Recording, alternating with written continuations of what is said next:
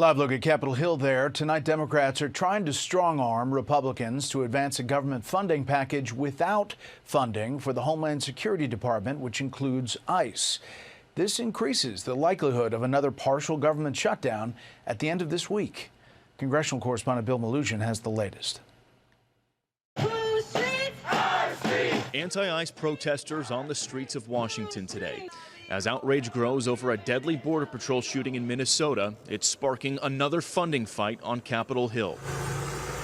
We can't vote to fund this lawless Department of Homeland Security. Senate Democrats are now refusing to support a DHS funding bill passed by the House, even though it's tied to 5 other spending bills, with a looming deadline of January 30th to fund the government.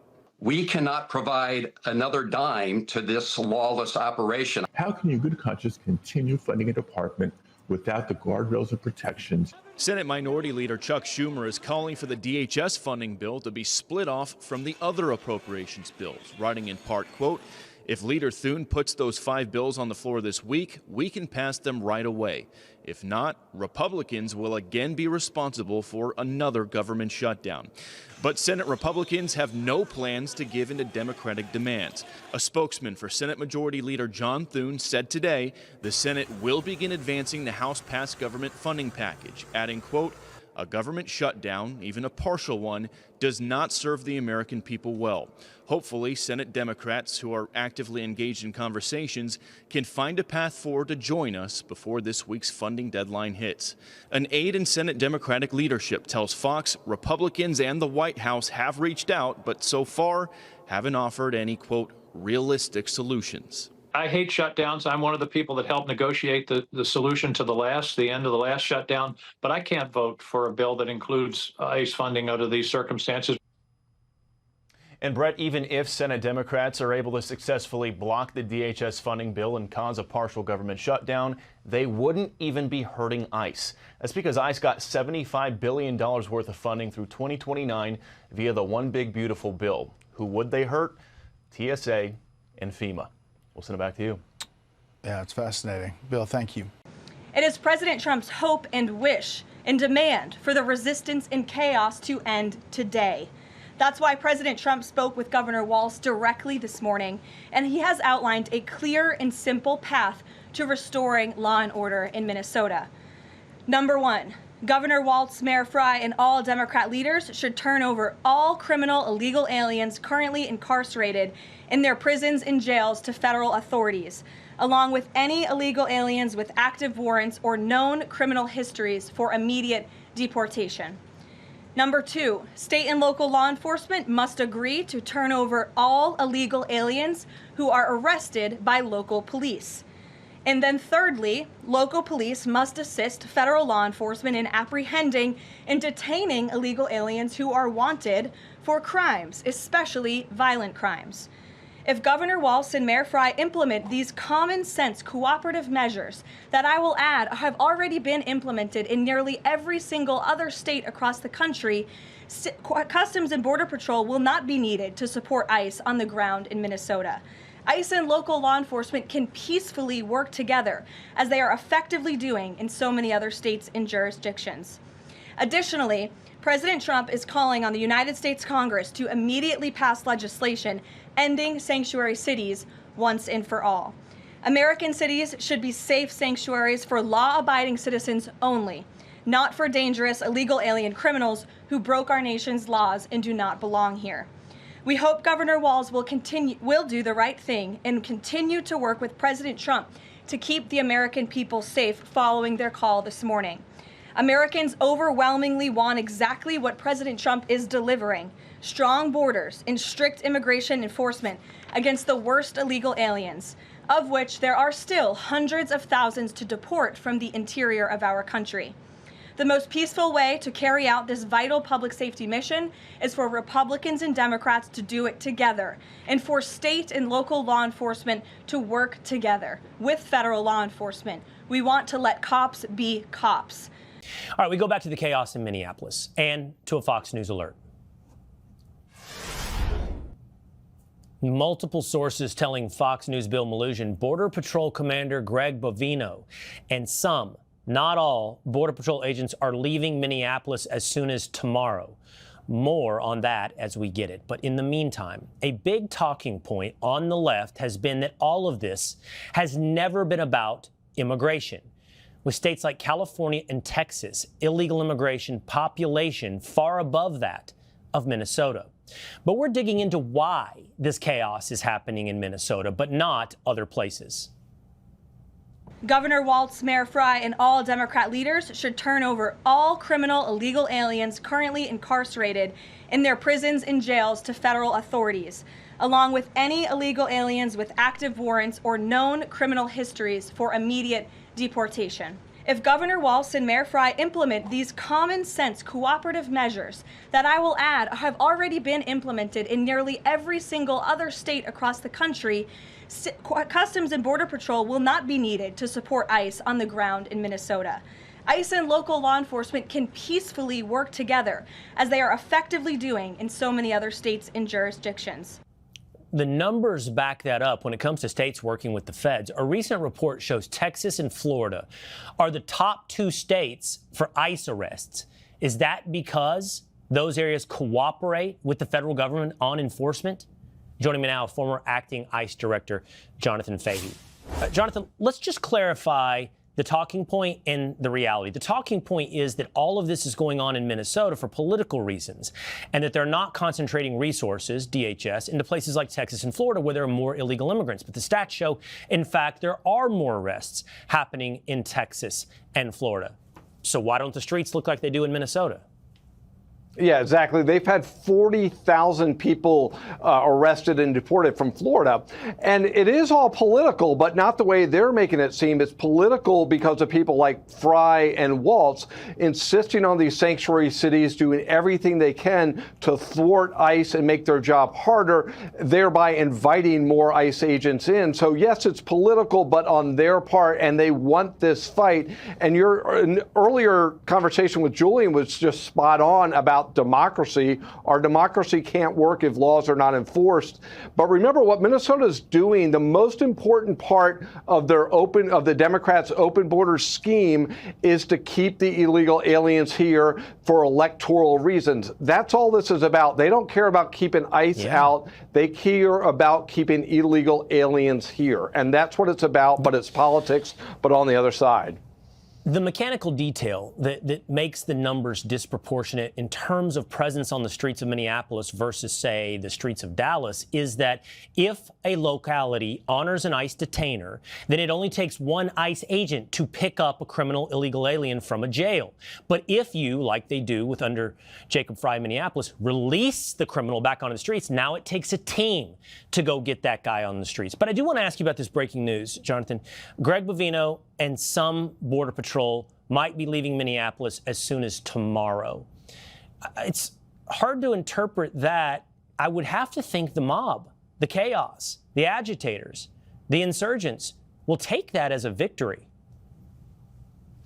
Yeah, that would be a concern that they take it as a victory. But one way of looking at it, they've been very effective. I think they've removed 3,000 people during the surge. So they've really probably got most of what they initially went in there for. And maybe during that call between President Trump and Governor Walz, there were some assurances of some cooperation between ICE and the local officials. And maybe that's part of the deal. Hey, because you're right, all you need is one guy to get him out of a jail. And Todd Lyons was talking about the other day on Fox that you need 10 to 15 agents now, because now you need agents to protect agents, and it's still far more unsafe. So hopefully they're getting cooperation, but they have been very effective putting all this aside in terms of arresting illegal aliens and criminally illegal aliens in Minnesota.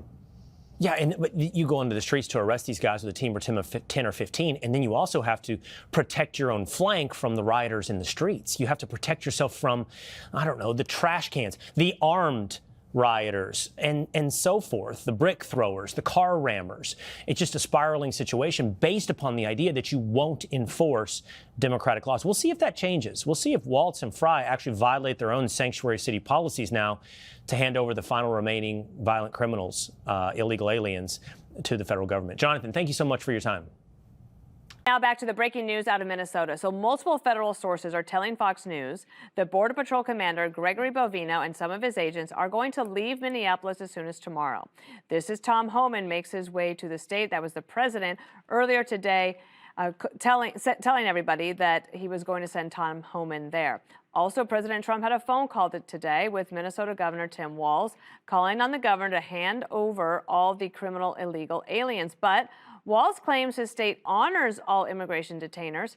Here's Caroline Levitt. She was in the briefing room earlier today. This tragedy occurred as a result of a deliberate and hostile resistance by Democrat leaders in Minnesota. Governor Walz and Mayor Frey have shamefully blocked local and state police from cooperating with ICE, actively inhibiting efforts to arrest violent criminals. They have also used their platforms to encourage left-wing agitators to stalk, record, confront, and obstruct federal officers who were just trying to lawfully perform their duties. This is precisely what unfolded in Minneapolis on Saturday morning. Obstructing federal law enforcement and inciting violence against officers is wrong and illegal. Just yesterday, Governor Walz compared immigration enforcement in Minnesota to the Holocaust. We have got children in Minnesota hiding in their houses, afraid to go outside. Many of us grew up reading that story of Anne Frank. Somebody's going to write that children's story about Minnesota. Okay, so a little hyperbole there. Tomorrow is actually Holocaust Remembrance Day, so who knows what he'll come up with by then. But, Jesse, the president also put out a true social statement saying that they had a good call and that they have some sort of way forward, hopefully, and maybe the Border Patrol leaving, if that happens to turn out to be the case, maybe that's one of the steps forward. I'm very glad Walz called the White House, and they're both using the same word, which is cooperation, and that's all we've ever asked for. Hopefully we can just dial things back, we can get some cooperation, and people aren't needing to get hurt. He's not telling the truth, though, about the state. State corrections only cooperates after an illegal has been convicted and served their sentence. The city jails and the county jails do not cooperate, and they release dangerous illegal criminals into the streets, and that's why ICE is having to conduct these dangerous manhunts. But both sides need to change tactics. The governor of Minnesota is in open rebellion. He has called ICE agents Nazis. He's told the people to get in their face and to kick them out of the state. And now it's like a low-level insurgency. There's very sophisticated communication tactics. There's like food drops. There's supply chains. It's crazy. They have stormed into churches. They have broken into hotels. They've looted cars. They've lit fires. They've kicked. They've bit off fingers of federal immigration police. So it's out of control. And now they're aiding and abetting dangerous foreign nationals who are fugitives from justice. And what ICE needs to do in order to change tactics is stick and move. You're sitting ducks for 6 weeks, and you have no backup from feds, and you have no backup from the locals. And you've announced to the entire country that you are in Minneapolis. You don't need to do that. You need to be more stealthy. Sticking like a boxer does not stand in the middle of the ring with his hands down and just gets hit and just gets hit. All right, even Tyson had head movement, okay? He had defense. He can hit hard, but you move away. That's what they need to start doing. The guy who brings a loaded firearm concealed into a dangerous fugitive operation is crazy. You do not bring a loaded gun and start violently and physically resisting and obstructing a manhunt. Okay, anybody who knows, you have a concealed permit, and some guy is confronting you as federal enforcement, you say, here are my hands, I have a loaded weapon on me, and you wait for further instruction. You do not actively, physically resist. Now, you watch the video, and it's very, very chaotic. It may have looked like they might have disarmed this guy during the scuffle. You have whistles blowing, you can't hear anything. You hear gun, gun, gun, gun, gun. You know, the guy, anytime guy says gun, gun, gun, and the subject pulls his arm back, you don't know if he's reaching, so obviously they're going to be doing a big investigation. They're going to find out what happened. We're going to look at the body cam. But it is not a clear-cut situation, And it's very divisive. It's partisan, the way they're reacting to it.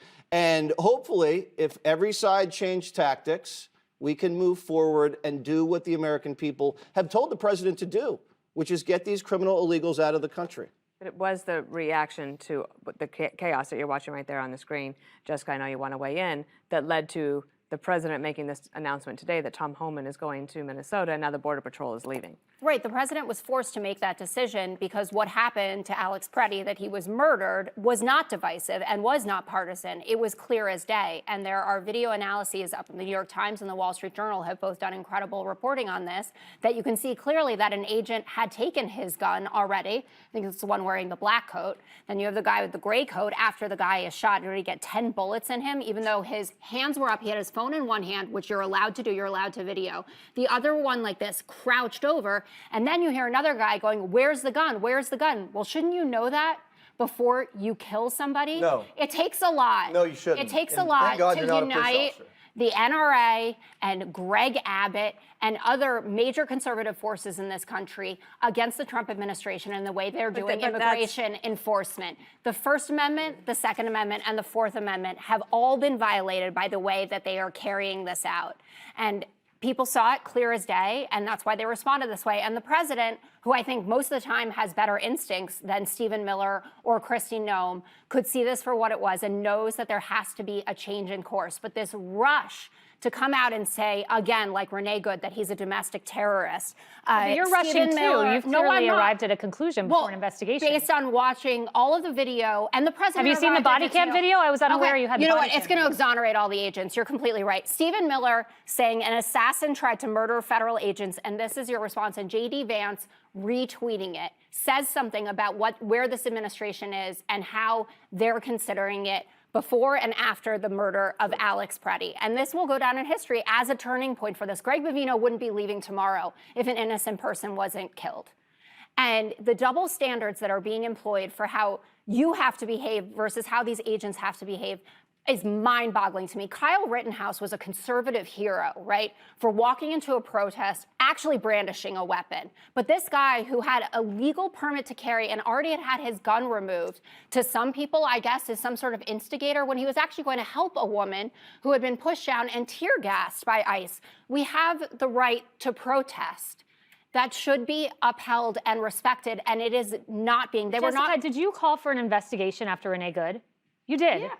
Well, so, yeah, after. So are you calling for an investigation now, or are you just stating a conclusion? Because it seems like you've arrived at a conclusion before an investigation. I'm saying that Jesse said this isn't divisive. This is divisive and it's partisan, and it's not. I don't. Right? No, it's not. I think it is irresponsible to call someone a domestic terrorism before you have the facts. So you agree with me? Yes, that I agree with you on that. Stephen Miller, but here's the point, Jessica. We've listened for 2 minutes. You are no different than Kristi Noem. Kristi Noem came out and said domestic terrorist. You are coming out and saying murderer. When you say murder, you are calling those 6 agents murderers before you have the facts.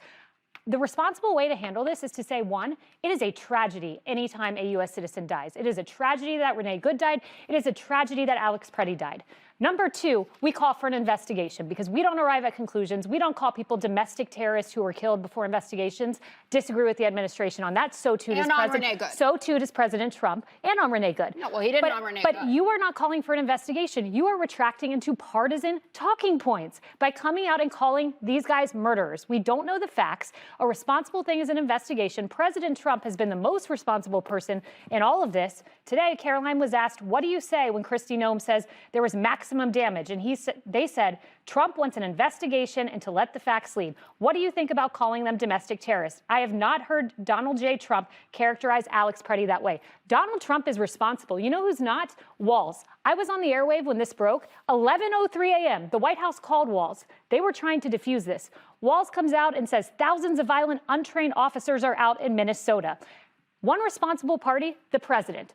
Did those underneath him act irresponsibly? Yes. But Walz and Donald Trump, don't even put them in the same camp. Donald Trump's leading. You are no different, I'm sorry, than Kristi Noem. Real quick, as the one person who carries a gun just about every single day I'm not in this city, and the one person that's been in a similar situation holding a gun while people are riding, and perhaps the one person who understands, I don't want to say the one, but someone here who understands this a little bit because I've been in that situation. There's a couple of things. Number one, the Second Amendment is a right. I'm not a Second Amendment absolutist. You have the right to carry a weapon to defend yourself, not the privilege. It is a right. Those rights come with restrictions. I think you would understand that more than anyone at this table. One of those restrictions is you have to have your ID and your permit on you. We don't know. Current reports are he didn't have either one of those on, at which point he's not carrying legally. But number two, even beyond that, with the right to carry a firearm comes the responsibility to do it correctly and to do it with foresight and to do it understanding the situation you're walking into and what could happen once you get there. Just about every state offers a class on that. And if you carry your firearm, you should take that class. And if your state charges you for it, you should go protest for that class to be taxpayer funded because it is a right. So that's important. We can talk about policy all day long. There's only one person in this world that could have absolutely prevented Alex Pretty from getting shot that day, and it's Alex Pretty. That doesn't mean I think he should have been shot. I don't think it was necessary whatsoever to shoot Alex Pretty to save a life. But I get to watch that incident from behind Alex Pretty, not as one of the arresting officers and not as potentially the person that I believe from looking at the video did shoot him. Why does he have 10 rounds in him? Because if you have to shoot anybody once, you better shoot them enough to kill them, because if you're shooting somebody, you think they're trying to kill you. Every police officer in this country is taught that. If you want to change that, go lobby to have it changed. Why was he shot? He was shot because of the reasonableness clause, the reasonableness doctrine. The Supreme Court decided this, which is the fact that if you are a police officer conducting police work and someone has, and it's explicitly outlined, someone has resisted arrest, violently or not, disobeyed orders, and shown the means to harm you, then you have the ability to protect yourself. Now, do I think he should have been shot? No, because I see 10 things that happened before that happened that could have been handled differently. But what I don't see are the 10 minutes before that happened. You call him a protester, I call him an agitator. He showed up with a cell phone. He showed up in the middle of the street, in the middle of an operation. That's common sense. I don't care what your passions are. To carry a weapon on your person and to get in the middle of a police operation, whether you believe it or not, that is lawful.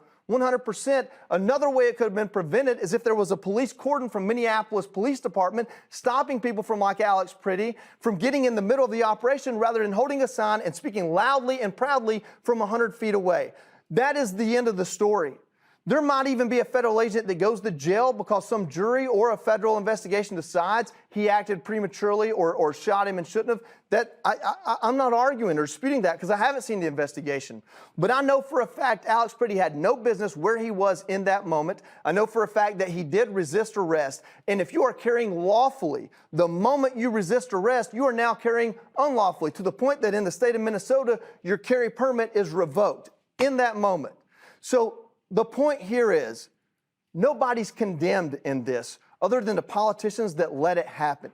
Yep. And if for you that's Donald Trump and if for you that's Tim Walz, as an American citizen, I'm glad both of them talked today. This doesn't ever need to happen again. Border Patrol agents need to get to the border and do their job. Minneapolis Police Department, all 600 of them if they need to be there to help ICE surgically extract people like, what's his name, Jose Huerta Chuma, who is violent rap sheet that includes domestic assault involving intentional bodily harm. I don't care who you are in this country, but if you're willing to risk your life for that person, whatever happens to you, my sympathy goes down quite a bit. I don't want anybody to get hurt. I love people. I even love bad people. But for God's sake, have some common sense. That's your responsibility, especially if you're carrying a weapon. And that was not exercised, and I can't help that. With that, we bring in Mark Thiessen, Fox News contributor, and Jose Aristimuño, former DNC deputy press secretary and CEO of VIP Media Solutions. Jose, to you first. Do you think that Democrats should stand firm on this and move forward? We have a wall we can put up of the Democrats who support this. Do you think they should shut down the government over this issue? Well, no. I think the short answer is no, Martha. I think we should, people in Washington need to start acting like adults, and the government, including the president and members of Congress, need to act, lead by example. So no, I don't think we need to shut down the government over this, but that goes without saying that we need to reform DHS. What's happening with ICE is out of control.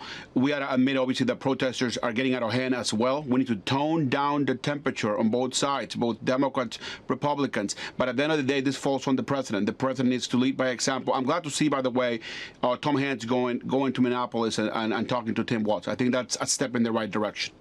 Okay, let's put up now the lead editorials in all of the major newspapers with almost the same headline across the board, Mark. Time for ICE to pause in Minneapolis. That's the Wall Street Journal. You can see the New York Post cover as well. And you can see the New York Times and the Washington Post all pretty much in agreement that it is time to make changes in the way this whole situation is going. And here's John Fetterman just moments ago posting this. Miss Good and Mr. Preddy should still be alive. My family grieves for theirs. The operation in Minneapolis should stand down immediately and immediately end. It has become an ungovernable and dangerous urban theater for civilians and law enforcement that is incompatible with the American spirit. Mark, your reaction to this turn since Saturday morning. So I agree, nobody wants to see what's happening on the streets of Minnesota happening. But the cause is sanctuary city policies. It is Tom Homan has made clear that he wants to focus on deporting people with criminal records, right? And the government in Minnesota is refusing, and in Minneapolis, it's a sanctuary state, they're not cooperating with that. And so Tom Homan the DHS has to go in and carry out these raids that have collateral arrests that are going into the communities, that are putting people in danger because of the resistance of the state, and then the response of Minnesota is not to cooperate with ICE to get the people they want to get, but to encourage people to protest, which is putting people's lives at risk. So the blood is on the hands of Tim Walz and the officials in Minnesota who won't cooperate. And one last point, Martha. You know, I don't remember these protests when Barack Obama deported 3 million people from America. And I looked it up. The Pew Research Center found the majority of the people that Barack Obama deported had no criminal records other than immigration violations. But so also, there were no Mark, protests. most of those were at the border, Nobody's shutting down the government. Mark, those were at the border. Primarily, they were at the border. Not all at the border. But not all. But the point is, the left was not attacking Barack Obama. They were not shutting down the government. They were not cutting funding for DHS. This is only because Donald Trump is doing it. Yeah. And Donald Trump had a mandate to do what he's doing because he was elected on this. 90% of Americans want everybody with a criminal record deported. So Mark, if we can focus on that, that solves it. I mean, even President Trump has said that he wants a full investigation of this. The tone, excuse me, is very different than it was after the Renee Good situation, which, seemed to be different in a lot of ways. So you can sense that the White House feels that this is something that they need to make some changes in, regardless of all of the good reasons that you're pointing out. Quickly, Jose, your reaction to this, because we know that shutting down the border was is very popular. People do not want people who came in here illegally to be able to cross the border, and in most cases to stay here if they're criminals, certainly. No, I agree, and I will say one of the main reasons President Biden lost Kamala Harris, for that matter, and the Biden administration lost the election is because the border was not secure. Yeah. So I'm with you, and I'm with Republicans on that the border security needs to be an issue, but that goes without saying that what's happening right now in Minneapolis is out of hand. No U.S. citizen should be killed by an ICE official, and this needs to change. We need to hold ICE officials accountable. But you agree with Mark's point, I would assume, Jose, that none of this would be happening if you didn't have leadership in the governor's mansion in Minneapolis and also in the mayor's office egging this on. It's not happening in other places. Quick thought, Jose. I would say it's both issues. I think Republicans, Democrats, I think the governor, it's responsible. I think the president is responsible for some of the rhetoric in the past, but we got to put country first. This is one of those moments that we got to come together, Martha. Well, all the editorial pages seem to agree, which is very rare. With that point, Mark Thiessen, thank you very much. Jose Aristimuño, great to have you both here. Thank you, gentlemen. Thank you. Let's bring in Paul Perez, president of the National Border Patrol Council. The union represents more than 16,000 agents. He has been with Border Patrol for close to 30 years and is an active duty agent. Mr. Perez, thank you very much. It's good to have you with us today, sir. We just heard the Governor Walz, who was invoking Anne Frank, who, of course, hid from Nazis in Nazi Germany and was killed by them earlier today. And I want to go back a step with Governor Walz and what he told citizens of Minnesota to do while your agents were conducting their actions. Watch this. This is January 14. If you see these ICE agents in your neighborhood, take out that phone and hit record. Help us create a database of the atrocities against Minnesotans, not just to establish a record for posterity, but to bank evidence for future prosecution. So, Mr. Perez, you know, your reaction in light of the tragedy that happened on Saturday morning, and you listen to what Governor Walz has been sort of encouraging people to do. Yeah, Martha, thank you for having me. It's that type of rhetoric that we've been warning politicians and the liberal media to stay away from, because they're demonizing our agents, calling us Nazis, calling us thugs, calling us racist. And it's that type of rhetoric that causes these confrontations from these agitators that are coming and interfering and impeding with lawful law enforcement actions that these agents are taking. You know, what happened Saturday, that was a law enforcement action. They were going after a criminal alien, and these agitators came and interfered and impeded, and unfortunately ended with a life taken. But again, that's not the fault of the agents and officers. They're trained to protect themselves. They're trained very well. And in this case, it was an unfortunate incident, but it was caused by those people that are on the streets impeding our officers. Well, that investigation is ongoing, so we don't know yet whether or not the agents acted appropriately, correct? I believe, you know, in my experience, again, you know, what we've seen is we've seen a lot of people going back and reviewing the video and slowing it down and rewinding it. Our agents and officers that are out there, they don't have the ability to do that. They're operating in real time, in seconds and milliseconds. They're Understood. making decisions.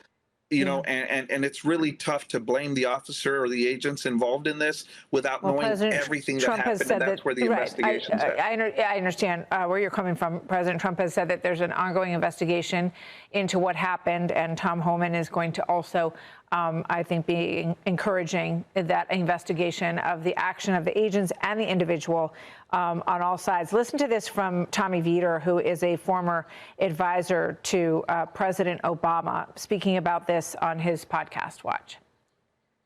These people are wildly untrained. They're unprofessional. They're the most trigger-happy group of cowboy thug monsters I've ever seen. They're clearly making the streets of Minneapolis less safe. The Border Patrol Union tweeted out a statement attacking the media for their untrained thugs murdering people. So these are like lawless people acting with impunity. Your reaction to that, Mr. Perez? Yeah, first of all, you know, no respect for that man.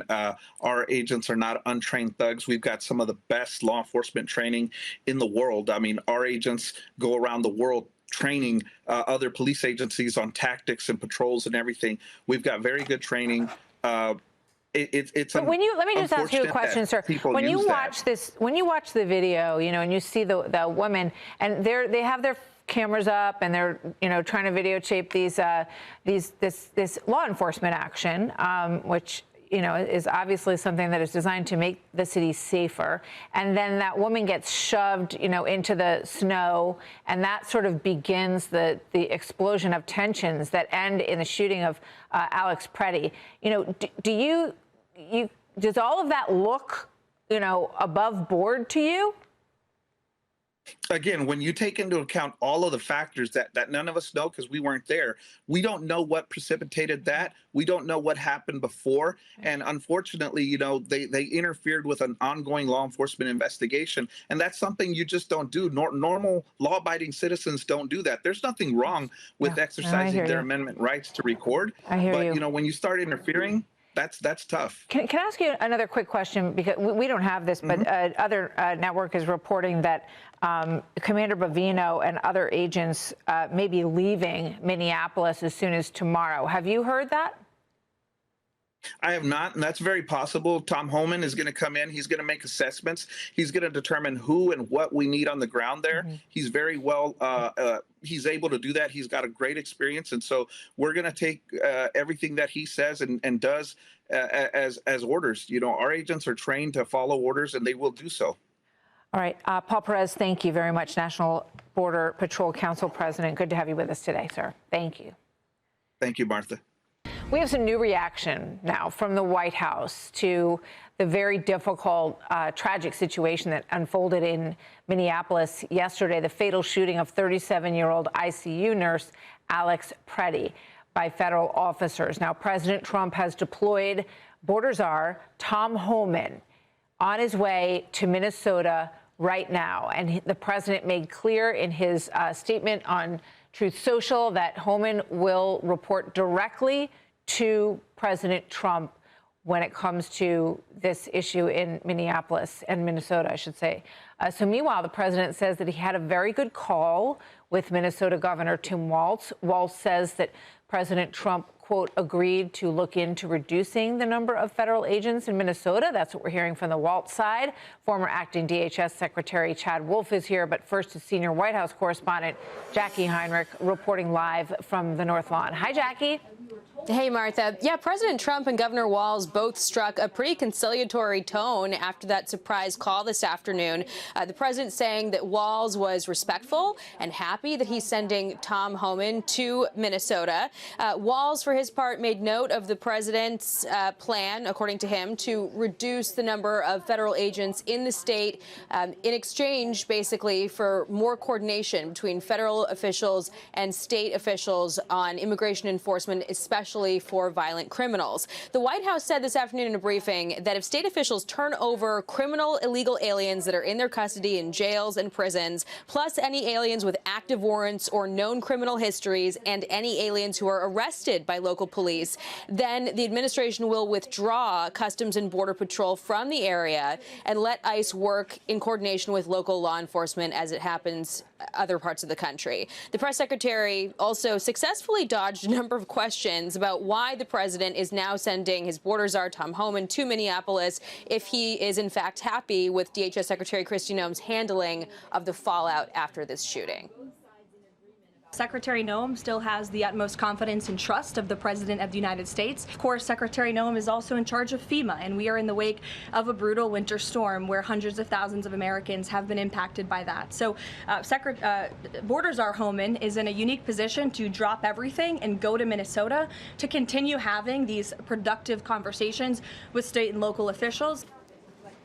Although Noem issued a statement praising the president's deployment of Homan, the two have a well-known rift, and this decision was viewed internally as a response to unrest among rank-and-file members, with DHS leadership's statements in the immediate aftermath, specifically claiming that Alex Preddy intended to massacre law enforcement and other PR missteps. Martha. Indeed. All right. Thank you, Jackie, very much. And with that, we bring in Chad Wolf, former acting DHS Secretary, now Homeland Security and Immigration Chair at the America First Policy Institute. Chad, thank you very much. It's great to see you. Great to have you with us. Our own, Bill Maloogian did some reporting over the weekend about what folks within these agencies were saying, that the PR was very, very difficult for them in terms of the way that they're being interpreted. This is over at CNN, reporting from Harry Enton on why he thinks you're seeing some of these changes with Tom Homan heading to Minnesota. Watch this. I'm not really surprised that President Trump is sending Tom Homan in, because ICE, DHS, Kristi Noem have been a political disaster. Because just take a look here. I mean, ICE's net approval rating during Trump's term, you go back to term number one, look, it's pretty even at 0 points. After Minneapolis, it's even lower, minus 27 points on the net approval rating of ICE. Of course, this all being done under Kristi Noem. So, no, what's going on in Minneapolis is not popular at all. Chad, welcome. We just heard from Caroline Leavitt that the president has confidence in Kristi Noem. But, as someone who was in the former administration, what do you think? Do you think we're going to see changes made in personnel? Well, we certainly could. Look, here's what I will tell you is that those DHS law enforcement officers at ICE, at CBP, they absolutely love President Trump. And why? Because he has their back. He supports them. That being said, a lot of these officers, obviously, this is their career. This is what they do. And the vast majority of their operations are done out of sight. They're not done on CNN and Fox and elsewhere all day, every day. And so I think they are always concerned. Is this getting out of control? Are we politicizing what they do, which is just enforcing the law? It's not political in their minds. It's just simply the law is immigration enforcement, and this is what we're doing. So if there are concerns, those are likely it. Now, you know, having the president send Tom Homan up there, I think is just a stroke of genius. I think Tom is exactly the right person. Why? Because he is also a career law enforcement. He's an operator. He knows exactly what needs to be done there and where is the give and take. You know, where can we get a win for both so that you can bring the violence and the chaos down, but that ICE can continue to do their mission. I think it's important to remember ICE is there to arrest criminal illegal aliens, and it's much better to do that with local law enforcement. So if Tom Homan can get local law enforcement involved in assisting ICE, however that looks, whether that's protecting them while they do the mission, whatever it might be, I think that's a win. Yeah, I mean, the situation in Minnesota is so completely different from what we're seeing in other states around the country. And it's hard to ignore that one of the different factors here is that there's Governor Tim Walz and Mayor Jacob Frey, who have been sort of fueling the fires of tension, talking about Nazism, you know, all of this. So it's no surprise when your leaders of your state are telling you that this is a Gestapo-type situation. Those tensions are going to rise. And there's nobody between these ICE agents and the protesters because local law enforcement won't help. But we just heard from President Trump that he had a good conversation with Governor Walz. What kind of negotiation can you envision? We just heard some outlines of what it might look like from Jackie Heinrich, but what do you see as a negotiation here to get somewhere towards a more peaceful situation? Well, sure. I think, well, I would assume that the president wants to make a deal. This is sort of how he operates throughout his tenure, which is he wants to have ICE to be able to do their job. He wants to make sure that they enforce the law, that we're arresting the worst of the worst and the criminals, and to have local law enforcement support that. And if you do that, then perhaps over a period of weeks, you can withdraw some of those ICE resources and CBP resources because they're not all doing that immigration enforcement mission. A lot of them are doing riot control and crowd control and things that local police should be doing, state police could be doing. And so I do think that there's a deal here to be made, but you got to be willing to talk with one another. You've got to be willing to say, look, we have a job to do. So if the governor says, well, the only criteria is that you remove ICE, well, then I don't think the discussions are going to go very far. But if he's willing to give a little bit, I think you'll find that Tom Homan and the president are willing to give a little bit, and you still have ICE there doing its mission, arresting very bad individuals, but maybe the footprint looks a little different. Chad Wolf, thank you very much. We know that one thing that they want is to be able to get into the jail system there and take some of the people who have detainers against them.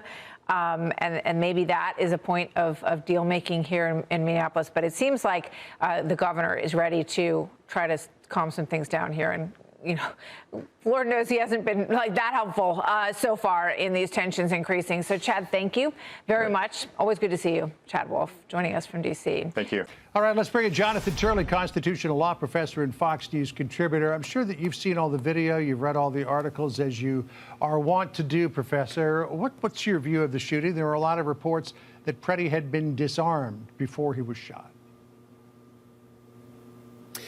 Well, I do believe that there was an unforced error with regard to the administration and their initial accounts of this shooting. Those accounts are not borne out by those videotapes. I mean, it does not appear that he was threatening the officer. It appears that this certainly escalated after that first contact. And that is not the impression you receive from those early statements. And so I think that what you see with the White House today is an attempt to really use Homan to offer a reset, you know, that they're going to send someone new there.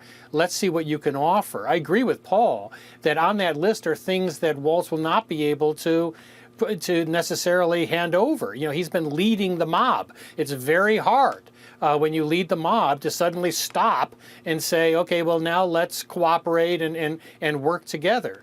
You know, you had people marching over the weekend with signs saying, kill the Nazis.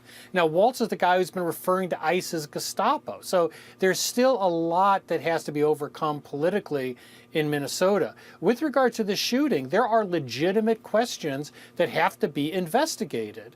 It does not appear that he was violent or threatening the officers initially. He was not obeying orders. That is also clear. He came back into the road after being told to get out of the road.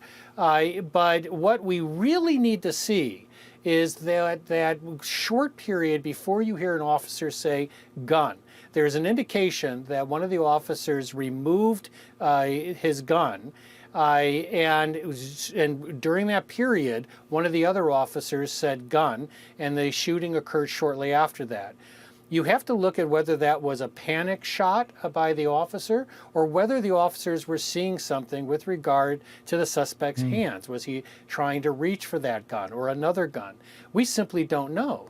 And that's the reason I think that, look, Minnesota is right in one respect. They should be part of the investigation.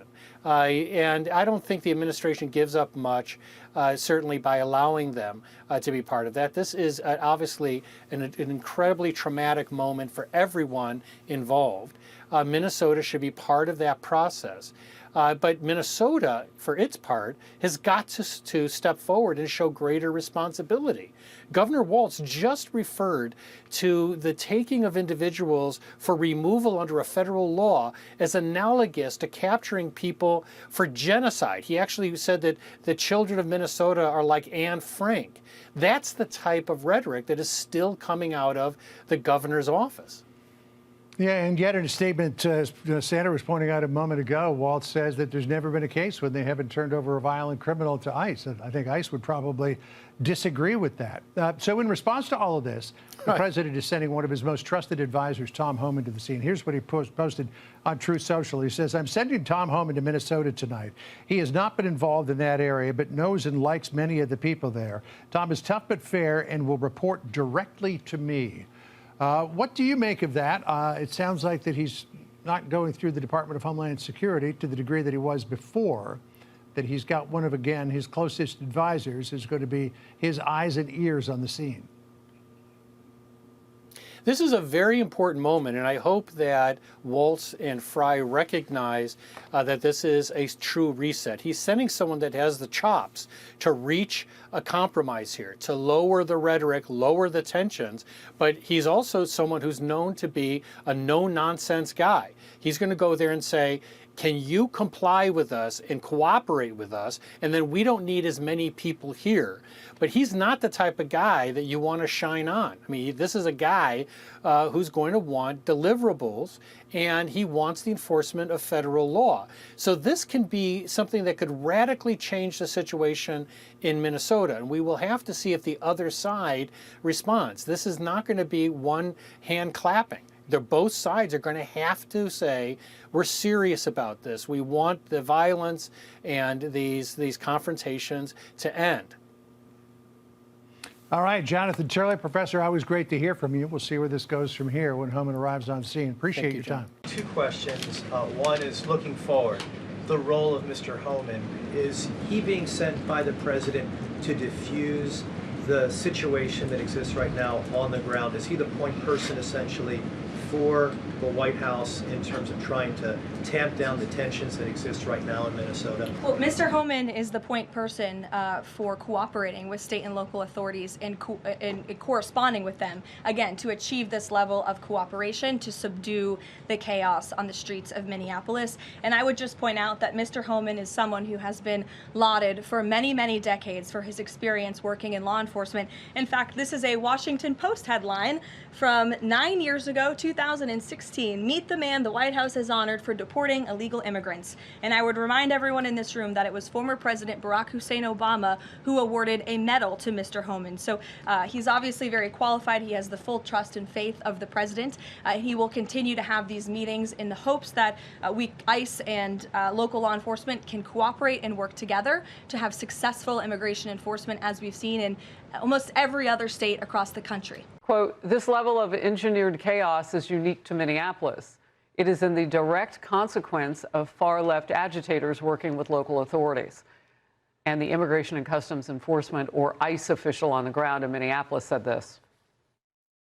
I also want to draw your attention to the continued uptick in violence we're seeing against federal law enforcement officials, not just here, but across the country. When sanctuary politicians, activists, and the media work hard to create chaos and fear instead of using their platforms to reassure their communities, this is the result. Fox News analyzed encrypted signal messages from the morning Preddy was killed. And they show leftist rapid responders mobilize demonstrators to harass federal agents. Then socialist groups capitalized on Preddy's killing to foment the protesting. In focus now, Chuck Marino, former DHS advisor and former Secret Service agent. I welcome you to the program. First of all, what's your take on the organization of what's going on from what I just said? Yeah, what's happening here is DHS and the White House are starting to lose control of the narrative. It's always been the strategy from Governor Walz on down to make the job of ICE and CBP as hard and publicly messy as possible. And that's exactly what he's achieving right now. And he's using all means. He's using the bully pulpit to spew his rhetoric that still continues, along with Mayor Fry and the Attorney General Ellison. And he continues to incite and promote confrontations amongst the public and law enforcement. And what it's causing is it's backing CBP and ICE into a corner to have to exercise varying levels of use of force. The Wall Street Journal editorial board wrote this: Alex Preddy made a mistake, but he wasn't a domestic terrorist. And here's part of that. Governor Walz could have urged his citizens to avoid confrontations with ICE. Instead, he made a video urging them to go into the streets and film ICE agents, whether or not they are performing lawful searches. His rhetoric is incendiary and describes ICE as a lawless terrorist operation. Another tragedy was inevitable, and there will be more if this continues. Your reaction to that, Chuck? Well, it's certainly inciting the actions that we're seeing on the ground, which is why I've said, based on the conditions on the ground right now, I would seriously consider the Insurrection Act if I were the president. And that may be the reason why Tom Homan is heading down there to do an independent assessment of just how challenging the environment has become, because it's near impossible for ICE and CBP to conduct their operations in a safe manner. But this rhetoric also brings forth individuals, as well as the organized groups that you speak of, that are going to exploit this for their own purposes. And many are from outside the region, by the way, who are going to come into Minneapolis and create these dire circumstances. And these are the same people, by the way, whether we're talking about immigration or an incident in the Middle East, these are the same faces, the same players that you see show up because they're being organized and paid to do so.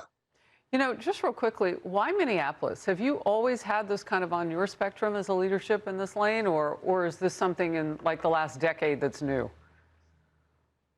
Well, you know, sanctuary cities have been around for quite some time. As a matter of fact, during the Obama administration, during their deportation efforts, which at the time were record-breaking, sanctuary cities did not work side by side with federal agents as they were enforcing immigration law. The difference here is they also kept quiet.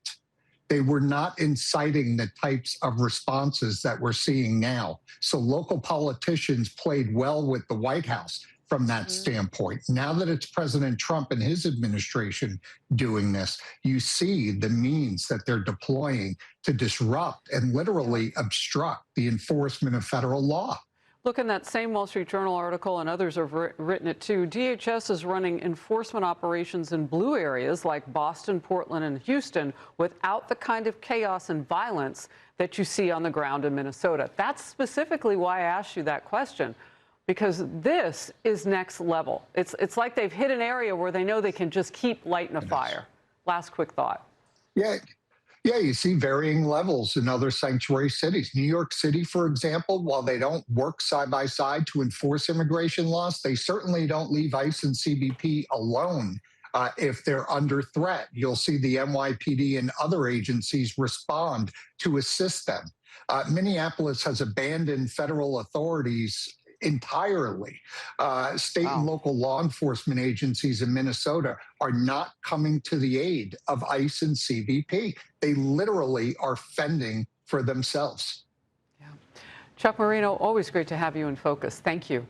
Hey, Sean Hannity here. Hey, click here to subscribe to Fox News YouTube page and catch our hottest interviews and most compelling analysis. You will not get it anywhere else.